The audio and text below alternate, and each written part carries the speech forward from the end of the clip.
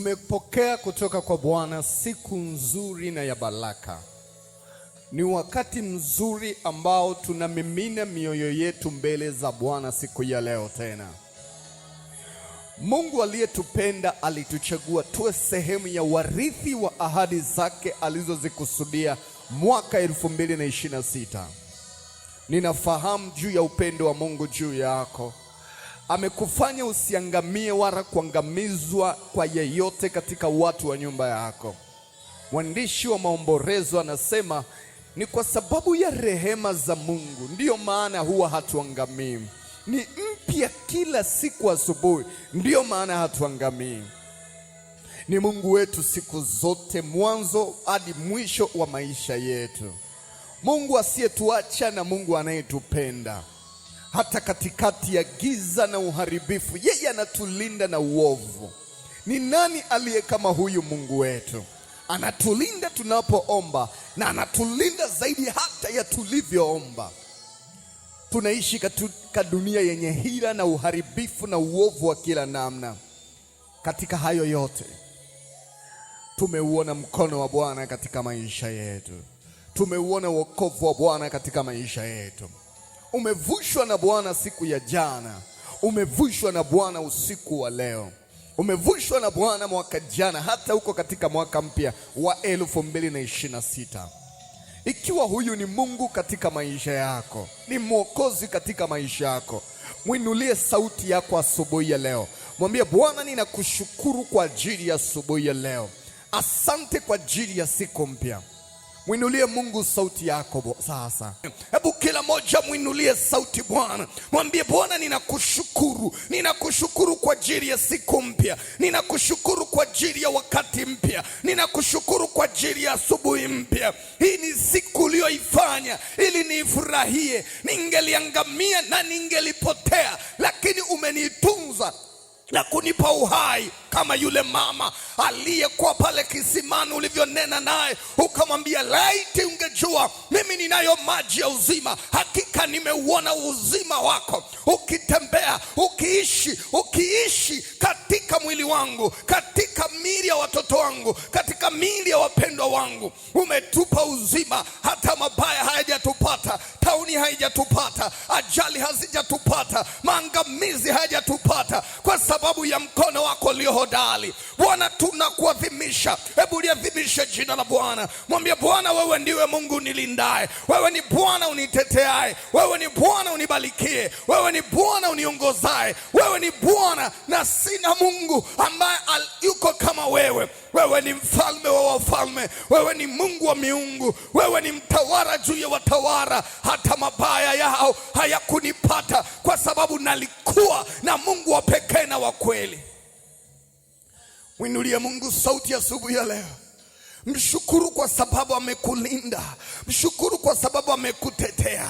Haulii ni kwa sababu ya mkono hodari wa Mungu uliokulinda na kutetea. Biblia inasema wakati ule Elia alipoenda katika ule mto, kunguru walimlisha. Hata chakula kilipoisha kula alikokuwa anachukua kunguru, alimwambia, nenda Selepta, nimekuandalia mtu atakaye kutunza na kukujali. Ndivyo Bwana anavyofanya katika maisha yetu. Wakati wote hatuachi. Wakati wote amekuwa Mungu kwetu.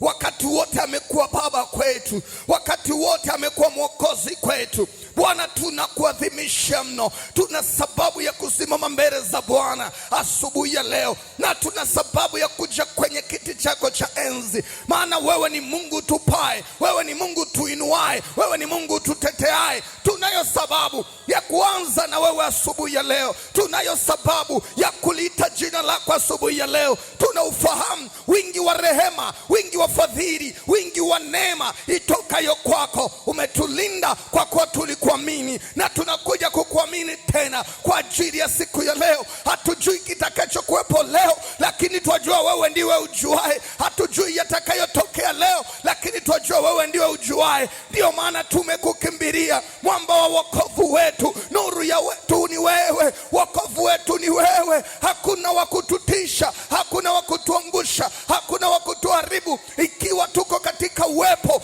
ikiwa tuko katika neema, ikiwa tuko katika wokovu wako, ndio maana tumesimama tumesimama asubuhi ya leo Bwana, tumekuja kama tulivyo. Wengine mili yetu imeharibika, wengine biashara zetu zimeharibika, wengine familia zetu hazina amani, wengine maono yetu yamezuiliwa, wengine tumekuwa na upinzani. Sisi tunafahamu chanzo cha wokovu wetu ni wewe, chanzo cha nguvu zetu ni wewe, chanzo cha baraka zetu ni wewe, chanzo cha ushindi wetu ni wewe, chanzo cha amani yetu ni wewe, chanzo cha nguvu zetu ni wewe. Na ndio maana tumekuja kukuangukia asubuhi ya leo. Tunakuangukia Bwana wa majeshi, tunakuangukia Bwana mwenye nguvu, tunakuangukia Mungu usiyeshindwa, kwa sababu tunajua katika wewe kuna uzima wa kweli, katika wewe kuna nuru ya kweli. Tumekukimbilia Bwana, usituache tuaibike, usituache tuaibike, usituache tushindwe, usituache tuonewe, usituache tuharibikiwe. Ndiwe tumekuja mbele zako, ndiwe tumesimama mbele zako, tumesimama kwako kwa ujasiri, maana tunafahamu wewe ni Mungu katika maisha yetu. Mwinulie Mungu kila moja sauti yako.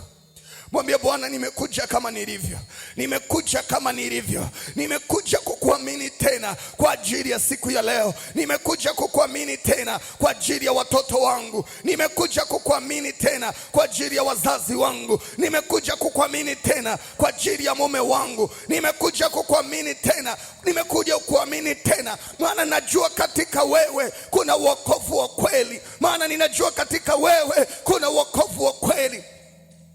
Mweleze Bwana, mwambie nimekuja kama nilivyo.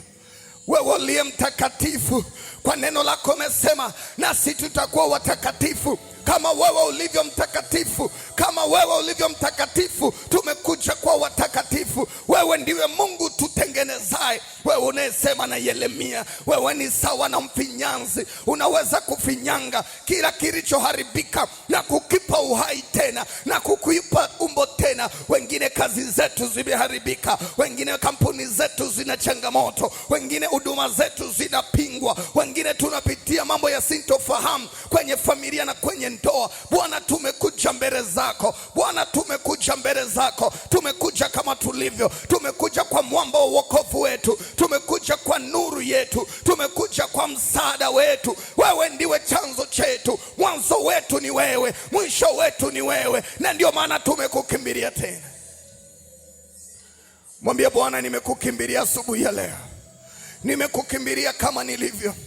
Ikiwa una changamoto yoyote na ungetamani uingiliaji wa Mungu, hebu mwambie asubuhi ya leo, mwambie Bwana, nimekuja na ugonjwa huu, nimekuja na kisukari, nimekuja na vidonda vya tumbo, nimekuja na HIV, nimekuja na magonjwa ambayo hayasikii dawa ya daktari, nimekuja na huzuni kwenye ndoa yangu, nimekuja na taabu pale kazini kwangu, nimekuja na kushindwa, nimekuja na kuonewa, nimekuja kukukimbilia wewe, nimekuja na yale niliyo nayo, kwa sababu ninajua wewe ni chanzo cha nguvu zangu, chanzo cha wokovu wangu, chanzo cha baraka zangu. Nimekuja maana umesema nitatua mizigo hapo katika msalaba wako. Nimekuja, nimekukimbilia wewe, siyaogopi yale yaliyo mabaya, bali ninautazama upendo wako, nikijua ni bora zaidi ya kazi za adui. Asante Roho Mtakatifu, kwa sababu unawaongoza watoto wako jinsi ya kuomba asubuhi ya leo. Kila mmoja mwinulie sauti Mungu, mweleze jinsi unavyouhitaji msaada wake siku ya leo, jinsi unavyouhitaji wokovu wake siku ya leo. Haijalishi jana umeona nini, haijalishi unasikia nini, haijalishi kuna taarifa gani mbaya. Mungu ni baba yako, yeye ni Mungu zaidi ya miungu, yeye ni Mungu zaidi ya mwanadamu, yeye ni Mungu zaidi ya viongozi wa ukimimina sauti yako mbele zake. Yeye ni Bwana wa wokovu wako. Tupe neema mpya, tupe utukufu mpya. Wewe umesema na Isaiah prophet, ukasema nitafanya jambo jipya, nitafanya njia mahali pasipo na njia, nitaleta maji hata kule jangwani. Tunakuamini kwa sababu siku ya leo utakuwa nuru yetu, katika jina la Yesu. Hebu inua sauti yako, sema kwa jina la Yesu. Siku ya leo ninaomba ulinzi wa Mungu juu ya njia zangu zote. Popote ninapokwenda, popote ninapofika, Bwana, ninaomba unilinde. Naomba unilinde. Mwambie Bwana, ninaomba unilinde. Nilinde na matapeli. Nilinde na vibaka. Nilinde na majambazi. Nilinde na tauni. Nilinde na magonjwa ya kuambukiza. Nilinde na hatari zote mbaya. Wewe ndiwe Mungu kwenye maisha yangu. Liko jeshi la Bwana. Imani yako inasababisha jeshi hili liwe juu yako asubuhi ya leo. Kili mwambie Bwana, ninaomba utangulie mbele yangu. Ninapoenda kwenye biashara, ninapoenda kazini, ninapoenda popote siku ya leo, naomba nilinde Bwana. Nilinde kwa mkono wako ulio hodari. Wewe una uwezo zaidi ya adui. Wewe una uwezo zaidi ya hila za shetani. Mwinulie Mungu sauti. Haijalishi kuna mpango wa kufeli katika maisha yako. Haijalishi kuna mpango wa kuanguka mbele yako. Hebu inua sauti yako, sema Bwana, naomba unilinde. Naomba unilinde mimi na watu wa nyumbani kwangu. Naomba unilinde mimi na wapendwa wangu. Mwinulie Mungu sauti na uombe asubuhi ya leo. Baba, tumekuja kwako asubuhi ya leo. Tumekuja kwa ajili ya siku ya leo uliyotupa. Twafahamu wewe ndiwe mwongozaji wa kweli. Wewe ndiwe nuru ya kweli. Unazijua njia zetu hata kabla hatujaziendea. Unayajua yaliyo mbele yetu hata kabla hatujafika. Mtakatifu wa kweli, Mungu mwenye nguvu, ambaye ufalme wako ni thabiti na wa kweli, ni maombi yetu asubuhi ya leo. Achilia ulinzi wako juu yetu. Achilia ulinzi wako juu yetu. Tunaposafiri, tunapoenda katika zile njia zilizo na ajali, katika maeneo yaliyo na laana, katika maeneo yaliyotengenezwa kwa ajili ya mauti na uharibifu, ni maombi yangu asubuhi ya leo, tulinde Mfalme, kwa mkono wako ulio hodari. Tulinde Bwana. Tunakuinulia mikono hata kwa ajili ya watoto wetu. Wengine wanaenda mashuleni, wengine wanaenda vyuoni, wengine wanaenda kwenye biashara. Ulinzi wako uwe juu yao Bwana. Usipotulinda wewe, umesema alindaye afanya kazi bure. Bwana, na haya ni maombi yetu asubuhi ya leo. Tulinde kwa mkono wako ulio hodari. Tulinde kwa jeshi lako Mfalme. Tunaenda mbele, hatujui nini kiko mbele yetu. Tunaye Mungu ajuaye. Ndio maana tumekuja kukuinulia mikono siku ya leo, tukiomba utulinde katika siku yetu ya leo. Tulinde na hila za shetani. Tulinde na mifumo ya uharibifu. Tulinde na magonjwa ya kuambukizwa. Tulinde na mabaraa. Tulinde na matukio ya dunia yasiyofaa. Sisi na watoto wetu, sisi na wapendwa wetu, tuepushe na ajali, tuepushe na mauti, tuepushe na hatari, tuepushe na hasara, tuepushe na mikosi, tuepushe Bwana. Tunakukimbilia mlinzi wetu, mlinzi wa kweli, mlinzi unayestahili kusifiwa. Kama wale wanafunzi waliotabika zamu 4 katika bahari kwa sababu ya upepo wa mbisho, ulipotokea kwao, hata yale yaliyokuwa yanaenda kuangamiza hayakutokea tena. Nasi tunakuamini siku ya leo ya kuwa ukiwa upande wetu, hakuna litakalo tuangusha. Tunaamini uwepo wako ukiwa nasi, hatutashindwa, hatutapotea na hatutapoteza, katika jina la Yesu. Bwana, tunaibariki siku ya leo. Na bariki siku ya leo kwa ajili ya watoto wako waliojiunganisha na ibada hii.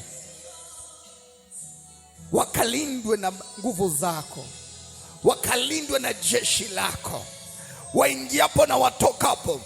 Acha mkono wako ulio hodari uambatane na watoto wako.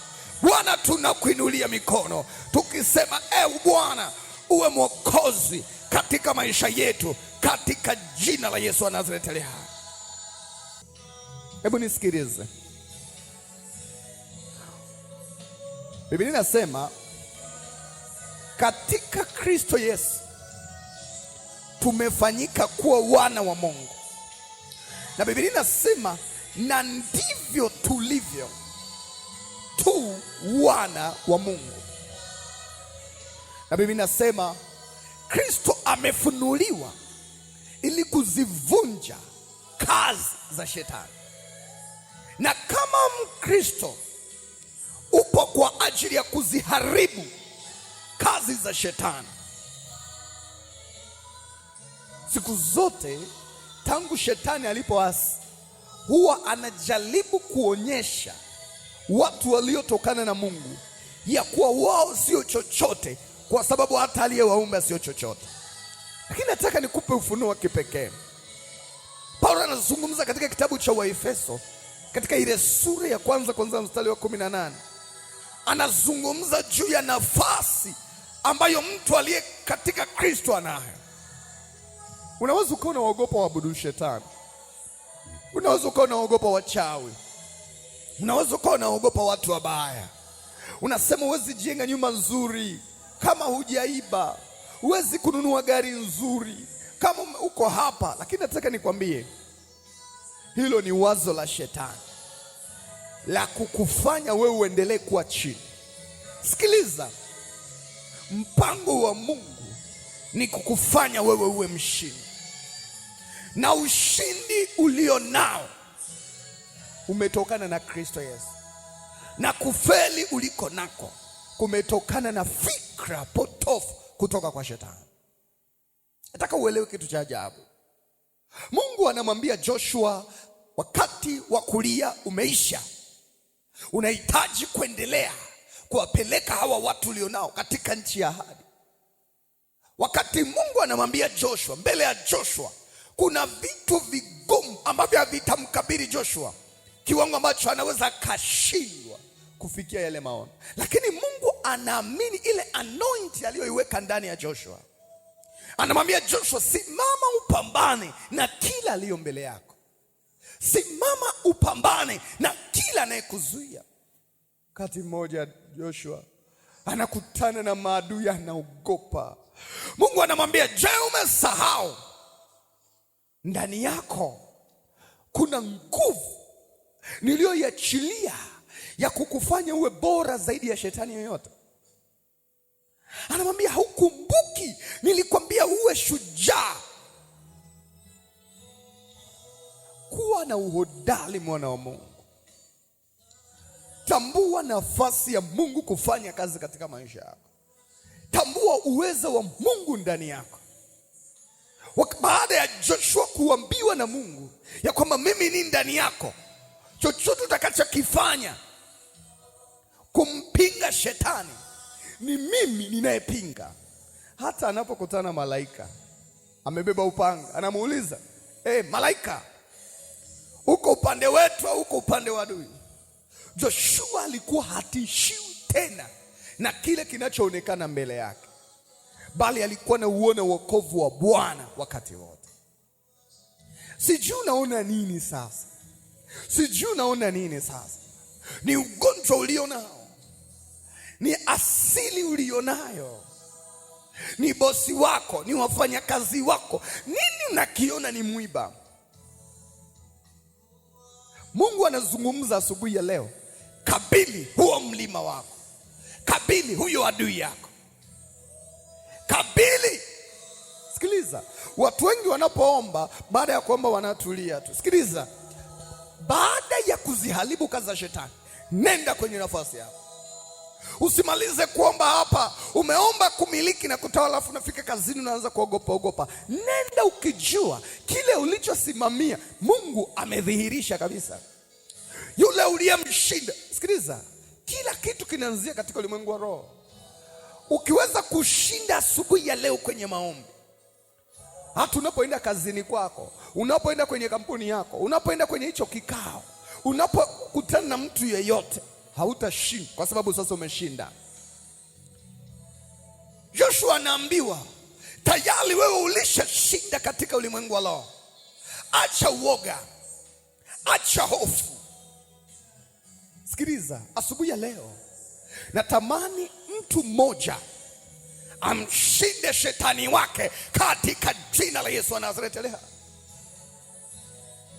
roho yoyote ambayo iko ndani ya kiongozi wako, ambayo inamsababisha awe kinyume na wewe, roho yoyote iliyo juu ya watu walio chini yako, inayowafanya wawe na upinzani kila siku ndani yako, roho yoyote iliyo juu ya mume wako, iliyo juu ya mke wako, iliyo juu ya watoto wako, iliyo juu ya wazazi wako, roho yoyote iliyo ndani ya mtu yeyote ambaye anasimama kama kizuizi, shughulika nayo asubuhi ya leo. Hebu inua sauti, sema kwa jina la Yesu, ninasimama mbele za Bwana asubuhi ya leo. Kwa jina la Yesu Kristo mwana Mungu aliye hai, ninatangaza kutokea kwenye madhabahu ya Bwana. Ninatangaza juu ya kila eneo nitakalo kuwepo siku ya leo, mimi ni mtu wa Mungu kuanzia sasa katika jina la Yesu. Sitatawaliwa na mamlaka za kipepo, sitatawaliwa na hila za shetani siku ya leo, sitaongozwa na kazi za kipepo. Mipango ya uharibifu haitanipata katika jina la Yesu wa Nazareti aliye hai. Inua sauti, sema kwa jina la Yesu, mimi ni mwana wa Mungu. Kwa sababu hii ninaharibu kazi zote za shetani ambazo zingekusudia kunikwamisha, ambazo zingekusudia kuniangusha, ambazo zingekusudia kunipoteza, katika jina la Yesu wa Nazareti aliye hai. Kila mpango wa uharibifu, kila mpango wa kushindwa, kila mpango wa kuanguka, kila mpango wa kifo, kila mpango wa hasara, asubuhi ya leo ninaufuta katika jina la Yesu wa Nazareti aliye hai. Na sauti, sema ninaamuru mtu yeyote aliyeandaliwa na shetani kuniumiza, kuharibu njia yangu, kuharibu maono yangu, katika jina la Yesu ninauondoa uwezo huo juu yake. Yeyote aliyetumwa na shetani, yeyote aliyetumwa na uovu ili kuniangusha siku ya leo, ninakuamuru kwa jina la Yesu, hautakuwa na nguvu ya kunidhibiti katika jina la Yesu. Na sauti yako sema kwa jina la Yesu, kila mtu aliyebeba roho mbaya kutoka kwa shetani ili kunidhibiti siku ya leo, kwa mamlaka ya jina la Yesu, hiyo roho na wewe ninawasambaratisha na kuwaondoa kwenye njia yangu kwa jina la Yesu. Kwa sauti, hebu sema kwa jina la Yesu, kila uharibifu uliopandwa mbele yangu, uliopandwa kwenye njia yangu ili unipate siku ya leo, kwa jina la Yesu, uharibifu huo ninaufutilia mbali. Hautatokea wala hautanipata katika jina la Yesu. Hebu inua sauti, sema kila mpango wa uharibifu hautatimia juu yangu leo. Kila watu wabaya hawatanigusa leo. Kila watu waovu hawatagusa maisha yangu siku ya leo, katika jina la Yesu.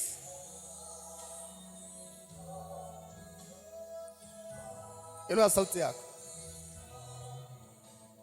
hebu sema kila mjumbe wa shetani aliyeelekezwa kukutana na mimi leo, aliyeelekezwa juu ya nyumba yangu, aliyeelekezwa kwa watoto wangu, aliyeelekezwa kwa wazazi wangu, kwa mamlaka ya jina la Yesu, ninakupofusha na kuziondolea mbali hila zote ulizobeba juu yangu kwa jina la Yesu. Na sauti tena, sema, kila mjumbe wa shetani toka mbele yangu leo. Kila mjumbe wa shetani toka mbele yangu leo.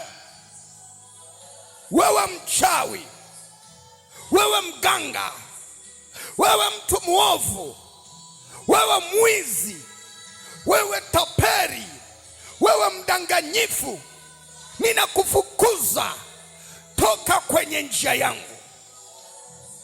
Toka kwenye njia yangu. Inua sauti na uombe. Inua sauti na uombe. Inua sauti na uombe. Kila moja inua sauti mbele za Bwana. Tangaza kila agent. Tangaza kila wakala wa kipepo. Tangaza kila mwenye mamlaka kutoka kuzimu, aliyetumwa kukudhibiti, aliyetumwa kukuzuia. Siku ya leo, sambaratika, sambaratika. Haribu uwezo wake, haribu mamlaka yake, haribu kila anachokitumia, haribu silaha zake katika jina la Yesu, katika jina la Yesu, katika jina la Yesu. Inua sauti na uombe. Kila mjumbe wa shetani aliyeandaliwa kuidhibiti siku yako ya leo, kudhibiti uzao wako, kudhibiti uchumi wako, kudhibiti maono yako, kudhibiti hatua yako, katika jina la Yesu, katika jina la Yesu. Tangaza, tangaza, tangaza moto ulao, tangaza moto ulao. Kila mjumbe wa shetani toka mbele ya njia yangu, toka kwenye uzao wangu, toka kwenye ndoa yangu, toka kwenye kampuni yangu, toka kwenye cheo changu, toka kwenye taaluma yangu, na kufukuza kwa jina la Yesu. Na sauti na uombe. Kila nguvu inayotaka kukutenganisha na Mungu, kila nguvu inayotaka kukutenganisha na ndoa, kila nguvu inayotaka kukutenganisha na baraka, kila nguvu inayotaka kukutenganisha na ushindi wako, katika jina la Yesu, huyo mjumbe wa shetani, ondoka mbele yangu, ondoka mbele yangu. Tangaza, tangaza. Amuru, amuru. Kila moja omba, inua sauti, tangaza mjumbe wa shetani aliyeelekezwa nyumbani kwako, aliyeelekezwa nyumbani kwako, aliyeelekezwa kazini kwako, aliyeelekezwa, amekuja kuhakikisha anguko lako linatokea katika jina la Yesu. Sambaratika kwa moto, sambaratika kwa moto, moto, moto, moto. Tangaza moto, tangaza moto, tangaza moto, tangaza moto kwenye ndoa yako. Kila mjumbe wa shetani waka kwa moto, kila mjumbe wa kichawi waka kwa moto, kila mjumbe aliyetumwa kuharibu, aliyetumwa kuteketeza, aliyetumwa kuondoa, katika jina la Yesu, ninainuka kwa upanga wa Bwana, ninainuka kama mtu wa Mungu kutangaza, ondoka mbele yangu, ondoka kwa watoto wangu, ondoka kwa wazazi wangu, kwa jina la Yesu. Lift your voice, inua sauti. Usiombe kimya kimya, inua sauti na uombe. Unaweza ukamove hapo ulipo. Yes, ndio. Wengine mna TV hapo nyumbani, huo unaunganisha YouTube na television yako ili unapata wepesi wa kuomba.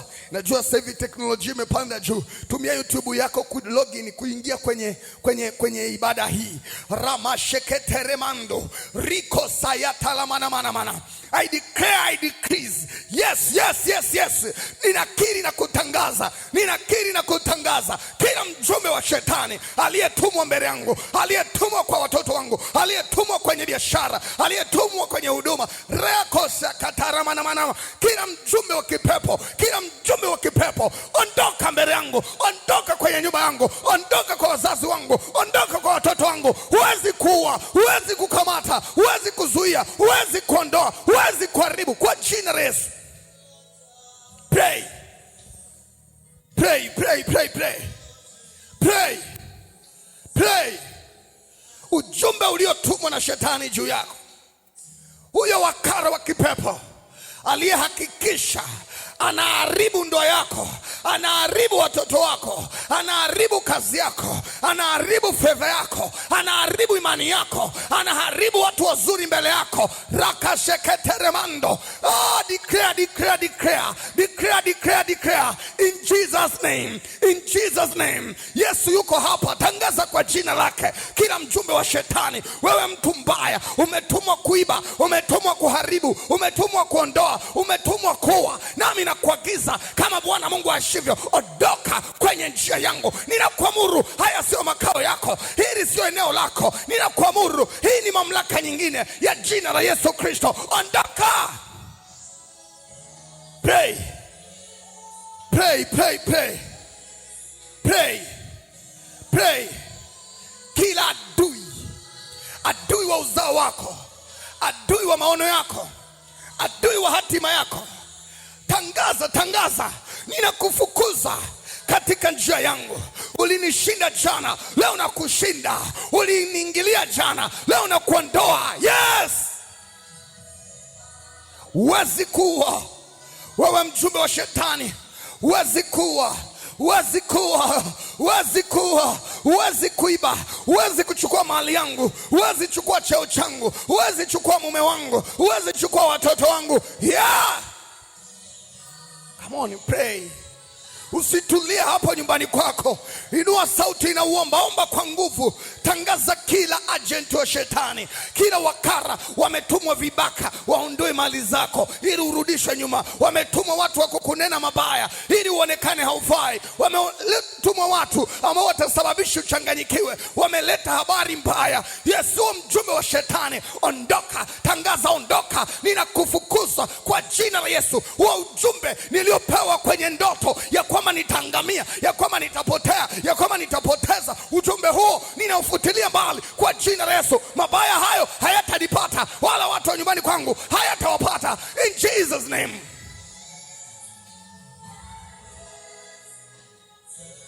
Thank you Holy Spirit. Inua mikono yako juu. Ninakufunika kwa damu ya Yesu. Wewe na watu wa nyumbani kwako unawafunika kwa damu ya Yesu. Hamtaonekana na mjumbe wa shetani, hamtaonekana na mawakala wa shetani. Njia yako haitaonekana, mipango yako haitaonekana, sura yako haitaonekana. Wewe uliyefungwa ninakufungua, wewe uliyekamatwa ninakuondoa kwenye kifungo chako, kwa mamlaka niliyopewa ya kinabii. Kuwa huru. Hiyo ndoa iliyodumbukizwa kwenye kibuyu cha mganga wa kienyeji, ninaiondoa hapo kwa mamlaka jina la Yesu. Chochote kilichochukuliwa maishani mwako kikaunganishwa na shetani, asubuhi ya leo ninakiondoa huko kwa mamlaka ya jina la Yesu. Kuwa huru. Hatua zako ziongozwe na Bwana kuanzia leo, katika jina la Yesu Kristo mwana Mungu aliye hai. Shangilie Bwana. Shangilie Bwana. Mwambie Baba asante. Asante. Asante kwa ajili ya siku ya leo. Amen. Hebu nisikilize. Tunamshukuru Mungu kwa sababu ni siku ya kwanza. Katika mwezi huu wa kwanza tumeanza ibada za Morning Glory.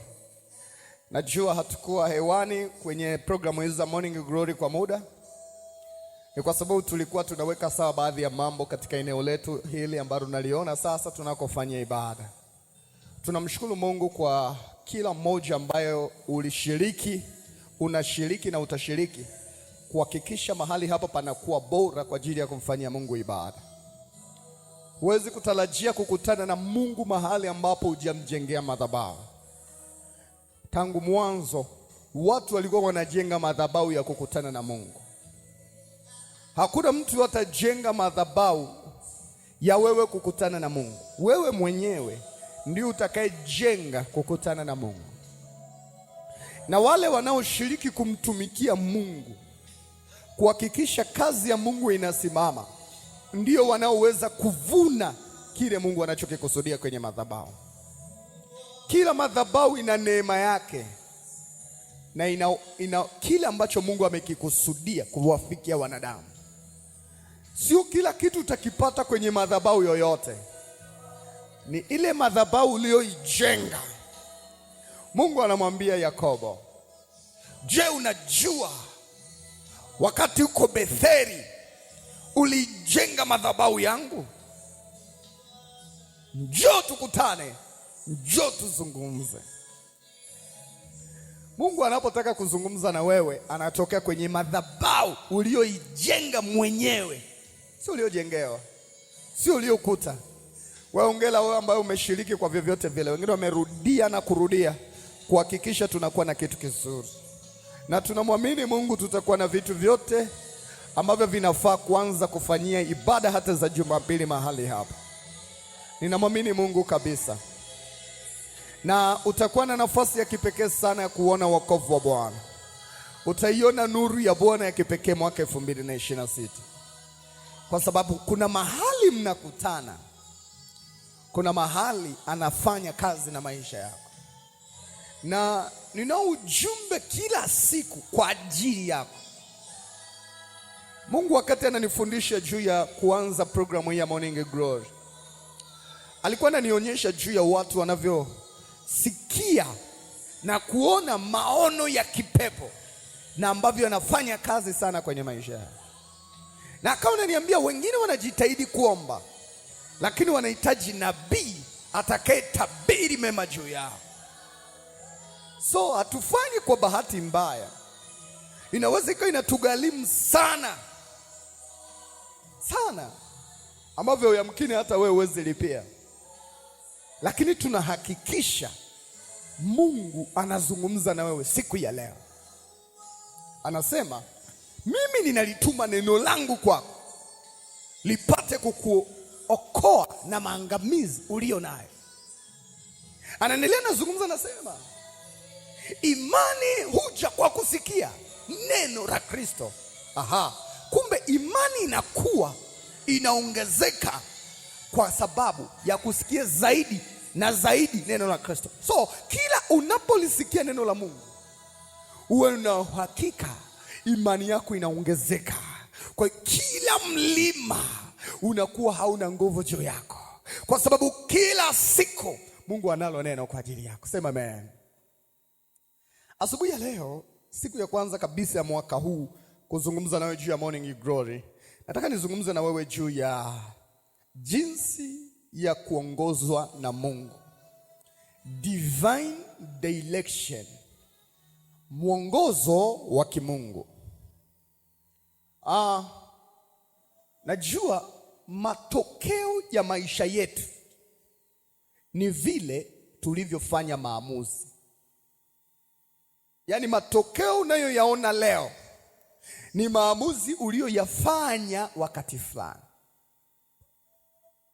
Na mara nyingi kuna mambo yanatokea kwenye maisha yetu ambayo hatujui tufanye nini. Katika Mungu ndipo kuna picha halisi ya kutoka tulipo. Maamuzi tuliyokuwa nayo ndiyo yanapelekea leo uwe hivi. Ukiona ndoa yako ina furaha, ni kwa sababu ya maamuzi uliyoyafanya. Ukiona biashara yako imestawi, maamuzi uliyoyafanya. Ukiona una nguvu kazini kwako, maamuzi uliyoyafanya. Afya ulionayo, maamuzi uliyoyafanya. Kila maamuzi ulionayo ndiyo yanayoamua kesho yako. Ikiwa tunaongozwa na Mungu, ikiwa maisha yetu yako katika kuongozwa na Mungu, ina maana tunakuwa tumeruhusu mamlaka ya Mungu kwenye maisha yetu kufanya kazi. Narudia, ukikubali kuongozwa na Mungu, umekubali mamlaka ya Mungu kufanya kazi katika maisha yako. Kwa mwamini, mwongozo wa kimungu ndio usalama wa juu kabisa. Maana Mungu anapokuongoza, hakuna mpango wowote wa adui unaoweza kufanikiwa kwako hata siku moja. Ikiwa unamruhusu Mungu akuongoze, hakika hauwezi kupotea. Maana siku zote mpango wa Mungu una mwisho ulio na maana. Na ndiyo maana Yesu alifanya kazi kubwa ya kutupa uharari wa kufanyika watu wa Mungu, ili tupokee dira ya kimungu kupitia Roho Mtakatifu. Roho Mtakatifu anapokuongoza, uwe na uhakika kuna ushindi unaofuata katika maisha yako. Ukiufuata mwongozo wa Mungu katika maisha yako, utajikuta mahali sahihi kwa wakati sahihi. Tunapokuwa katika magumu au katika matatizo, tunaweza tukakwama kwa sababu tunajaribu kutumia njia zisizo sahihi kutoka mahali ambapo tulitakiwa tutumie mwongozo wa Mungu katika maisha yetu. Eneo lolote ulilopo, ama ni la ndoa, ama ni la kibiashara, ama lolote unahitaji Mungu akupe picha mbele yako, eneo la kwenda, jinsi ya kusonga mbele. Fungua na mimi katika kitabu cha Samueli wa pili, sura ya 21, na tutasoma kuanzia mstari ule wa kwanza.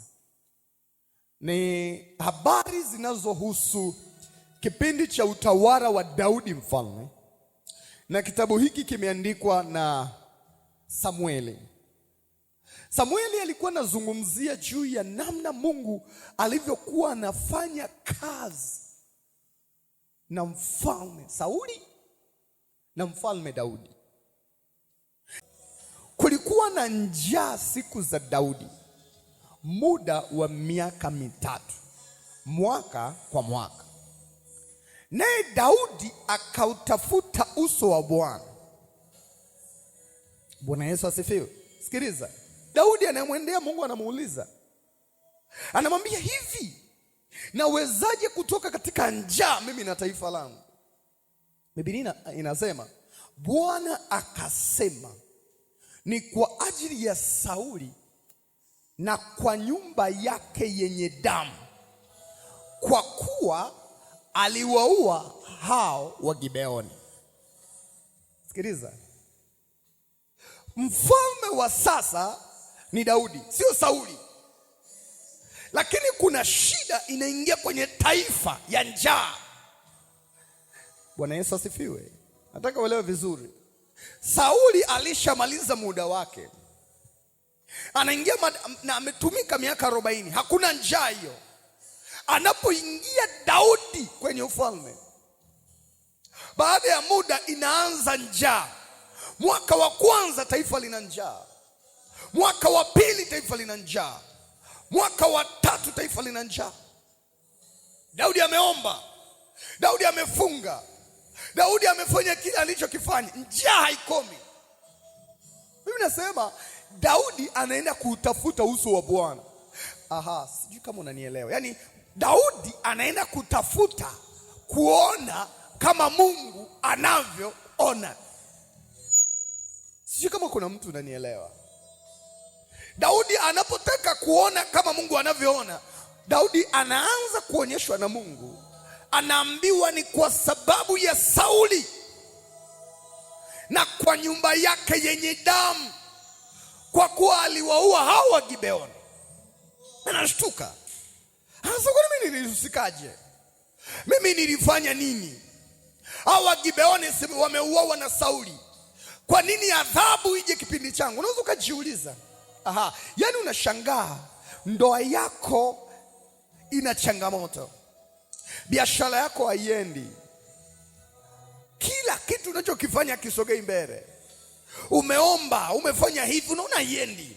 Je, unaweza kuanza kutaka kuona kama Mungu anavyoona? Sasa kile Daudi alichokuwa anaona, alikuwa anaona njaa, Lakini Mungu alichokuwa anaona, alikuwa anaona rana. Tuko sawa? Na Daudi anaambiwa hii shida imesababishwa na kifo cha Wagibeoni. Kabila moja linaitwa Wagibeoni, sio Wayahudi. Kwa nini hawa Wagibeoni? Kumbuka Mungu alishawaambia mtakapoingia katika nchi ile, ondoeni wote hao mataifa, asibaki hata moja, uweni tu. Lakini wanapouawa Wagibeoni, adhabu. Sauli anashindwa kuua Amaleki, adhabu. Anaua Wagibeoni, adhabu. Kwa nini? Hebu turudi nyuma.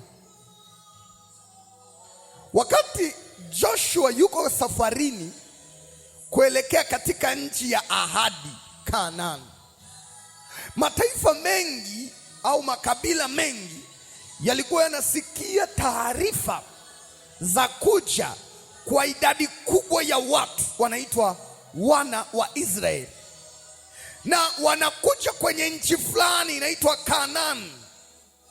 Ina makabila zaidi ya 20 wako pale. Kila kabila lina eneo lake, na kila kabila lina mfalme wake. Kila kabila lina nguvu, kila kabila lina jeshi kwenye nchi ile ya Kanaani. Sasa wanaambiwa anakuja mtu, na anakuja ukaa hapa kwetu, anakuja kuchukua ardhi yetu. Watu wakaona hii haiwezekani. Kila anayeinuka kupigana na Israeli anakufa. Kabila moja la Wagibeoni, wao wakatumia akili, wakasema kama kuna makabila mengine wamejaribu kwenda kupambana na haya majamaa, yameshindwa, sembuse sisi. Hawa Wagibeoni wakatengeneza udanganyifu, wakatoka watu wachache, wakatafuta nguo za zamani, wakatafuta mikate ya muda mrefu, wakasafiri kwenda kwenye kambi ya Wayahudi. Walipofika pale kambini, wakasema jamani, sisi ni watu tuliotoka mbali, tumeusikia uweza wa Mungu wenu, jinsi alivyomuua Farao, jinsi alivyopiga Edomu, jinsi alivyopiga mataifa yenye nguvu, jinsi hata laana haikumshinda Yehoramu. Tumezisikia habari zake, tumesafiri siku nyingi. Wanamwambia Joshua, hii mikate wakati tunatoka nyumbani ilikuwa ya moto, tunafika huku mpaka imeoza. Tumekaa njiani muda mrefu, tunasafiri kuja kuwaona ninyi watu wenye Mungu wa kipekee, ili tuwe watumwa wenu nasi tufaidike na huyo Mungu wenu kidogo. Sikiliza, hawa wazee wamekuja, wamewaragai, wamewadanganya. Joshua akafurahi, akasema kumbe kuna watu wametuamini na wamejua tuna Mungu mwenye nguvu. Joshua akadanganyika. Hawa watu wakasema tunaomba tuwe watumwa wenu tu, sisi hatuko kwenye hiyo nchi, sisi tumetoka mbali huko. Mimi nasema Joshua akawakubalia. Wakamwambia, kama umetukubalia, tuapie kwa huyo Mungu wako ya kuwa hautatuua, tutabaki nchi yenu ili tumwabudu Mungu wenu. Joshua akasema haina shida, akaapa. Kesho yake Joshua anajua walimdanganya, na walimdanganya mpaka akawaapia kwa jina la Bwana, na akivunja kile kiapo atapigwa na Bwana. Kwa hiyo Wagibeoni wakawa wamebaki katika nchi ya Israeli kihuni, lakini wana kiapo cha Mungu kwamba hatutauawa kwa sababu tumeapiwa, hatutaguswa. Sasa Sauli alipokuwa mfalme hakujua ya kwamba hawa jamaa wana kiapo cha Bwana. Ni miaka zaidi ya 500 imepita, lakini hawatakiwi kuguswa, au waliapiwa na mtumishi wa Mungu Joshua. Sio kama unaelewa, sio kama unaelewa. Yeye akaenda akawaua baadhi yao, ile damu yao ikaanza kunena hatia juu ya taifa. Kwa adhabu inakuwepo kwa sababu ya damu iliyomwagwa, iliyokuwa haistahili kumwagwa. Maana hawa watu walishaapiwa hawatauawa na Myahudi. Daudi ndio anashtuka, sema Mungu wangu, kumbe tunateseka kwa ajili ya mambo haya. Biblia inasema Daudi akawaendea hao kabila la Wagibeoni, akawaomba msamaha na njaa ikaisha katika taifa. Kuna watu tunaishi kwenye nguvu ya kuchelewa. Umesoma lakini kupata kazi unachelewa kupata kazi. Umeajiliwa unachelewa kuinuliwa kazini. Ni binti unachelewa kuolewa, miaka inaenda tu. Wengine nasikia ameolewa akiwa mtoto miaka 22, wewe 30. Unafanya biashara, mtu mpaka kuja kukulipa ni migogoro. Unaolewa, kupata mtoto. Wengine wameokoka, wamejazwa Roho Mtakatifu, wewe upo tu. Unaumwa, wengine wanaombewa wanapona, wewe hamna. Wewe ukiwa na kesi mahakamani, kesi yako miaka 4 haiishi tu. Unaanza nyumba miaka 6 haijawahi isha. Nini kinachosababisha uwe katika mnyololo wa kuchelewa? Kwa nini unakwama? Kwa nini huendelei mbele? Nini shetani amefanya kazi katika maisha yako? Je, unajua sababu ya adui kuwa na nguvu juu yako?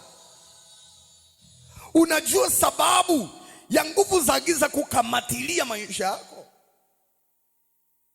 Katika kitabu cha Wafalme wa Pili sura ya 17, Biblia inasema hivi, tuanze mstari wa 22. Najua kesho naweza nikazungumza zaidi hapa.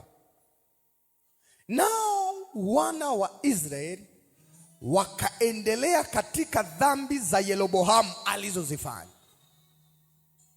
na hawakujiepusha nazo. Mstari wa 23 unasema hivi, hata Bwana akawaondoa Waisraeli wasiwe mbele zake, kama alivyosema kwa kinywa cha watumishi wake wote manabii.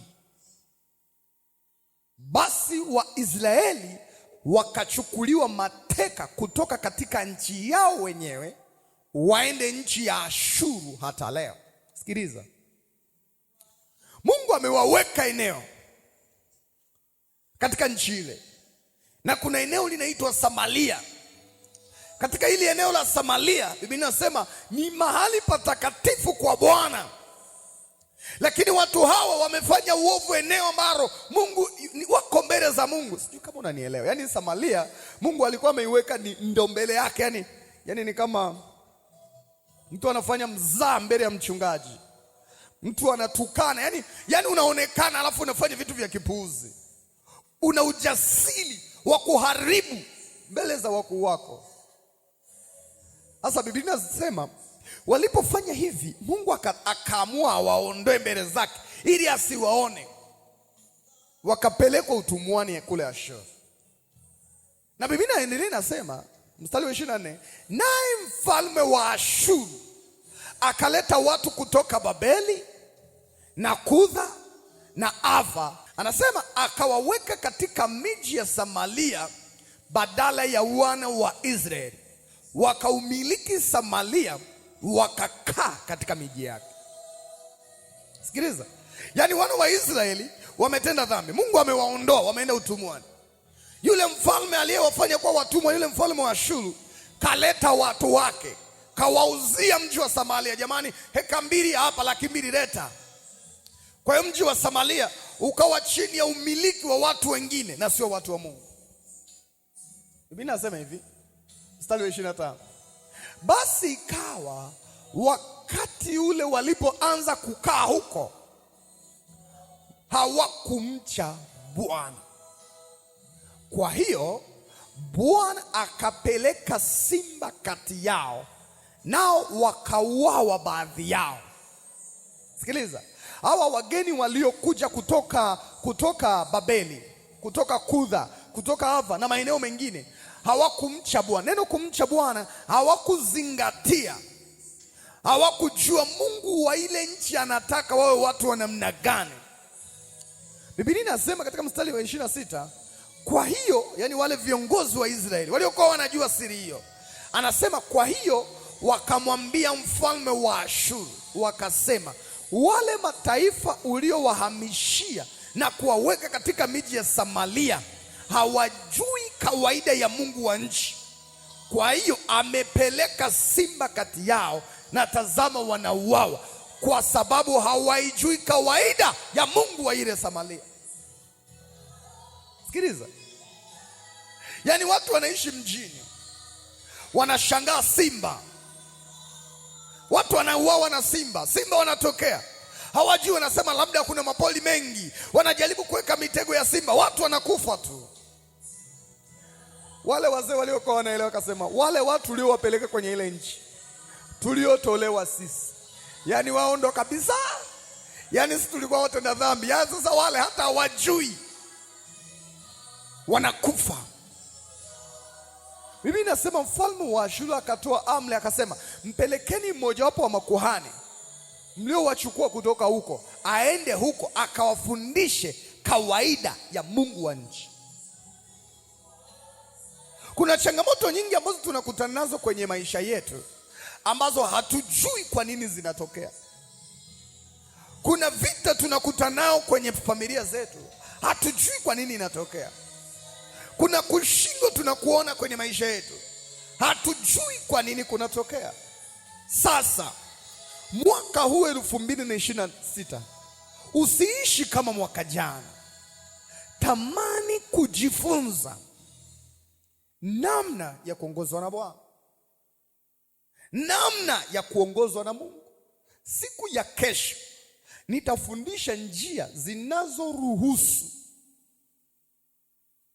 Roho Mtakatifu akuongoza, mwongozo wa kimungu juu ya maisha yako.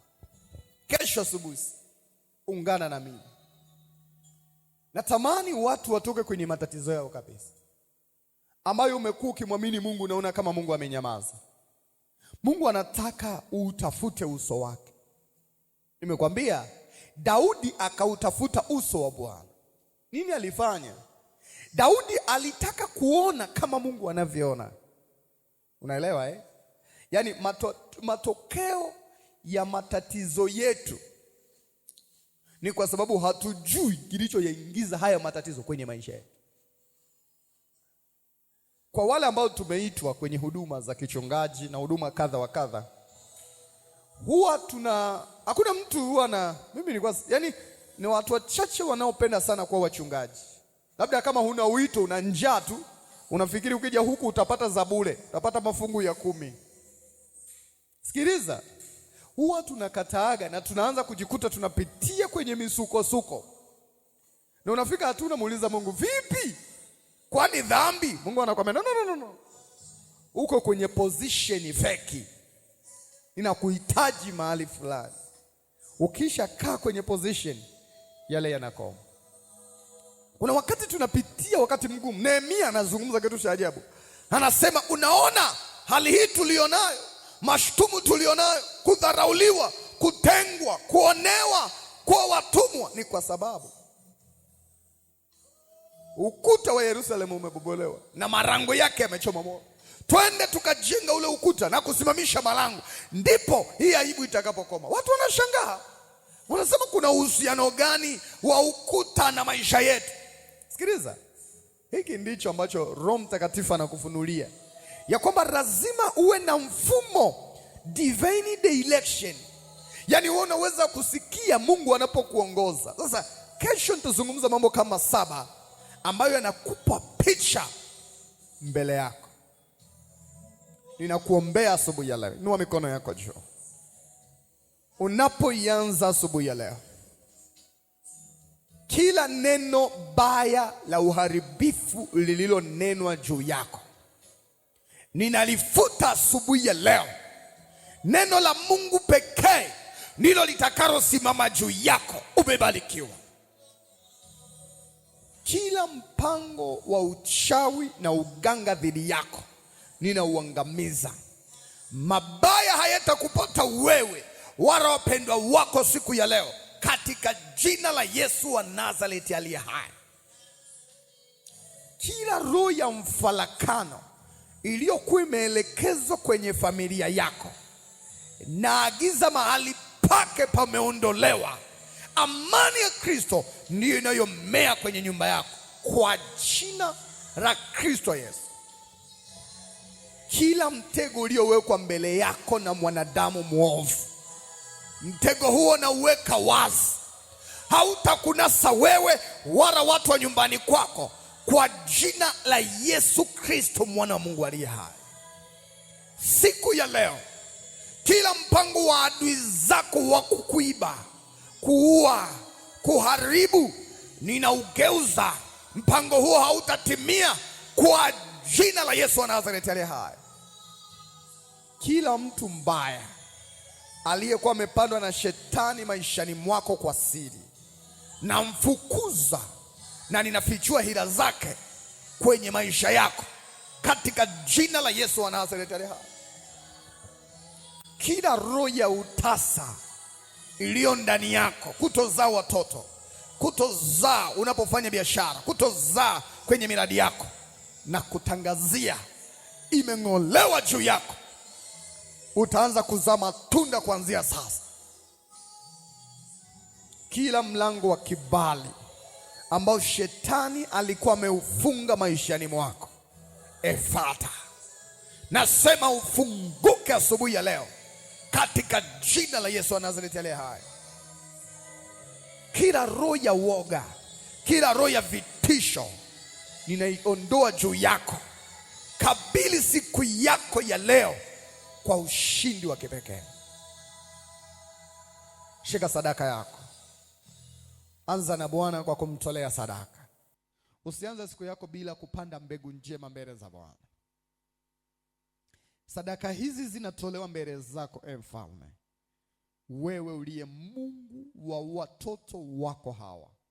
Wao wamechagua kukupenda na kuonyesha upendo wao harisi kwa sadaka hii. Mfalme, uwabariki na uwajaze sawasawa na wingi wa fadhili zako katika jina la Yesu wa Nazareti. Amen. Siku ya leo imebarikiwa. Morning glory in Jesus name.